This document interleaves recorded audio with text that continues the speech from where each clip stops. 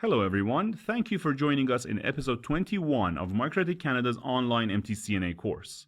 In this short tutorial, we'll be reviewing the IP services used to connect to and manage RouterOS. We will first review the list of these management services and then briefly review each of them and see how you can utilize these IP services.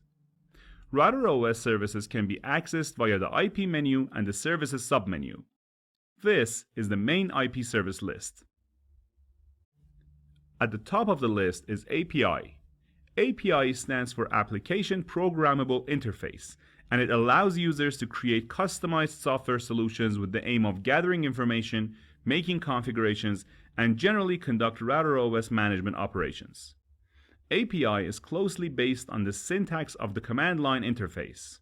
To use API, which by default uses port number 8728, you'll need to have RouterOS version 3 or higher. Next, we have API SSL, which is the secure second layer version of the API service. Then there is FTP. FTP stands for File Transfer Protocol, which is a server feature used to upload, import, and export software packages. For instance, you can use FTP to upload RouterOS packages to upgrade your RouterOS or add new packages to your router operating system.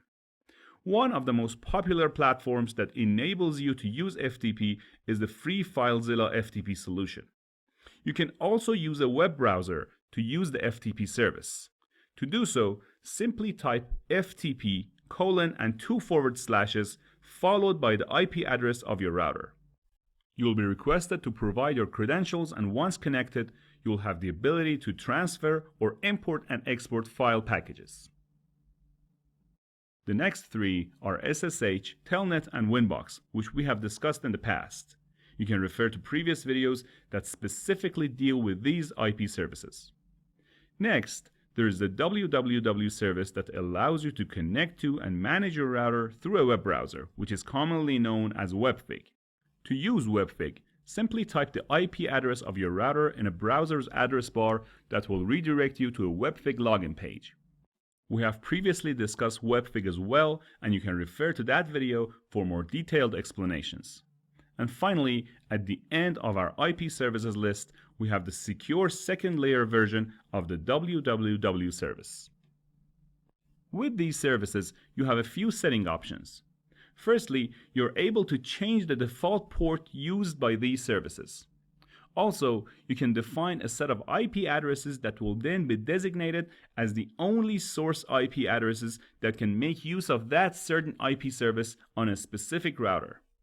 For increased security, we recommend that you use the cross button at the top of the window to disable those types of IP services that you will not be using on a given router.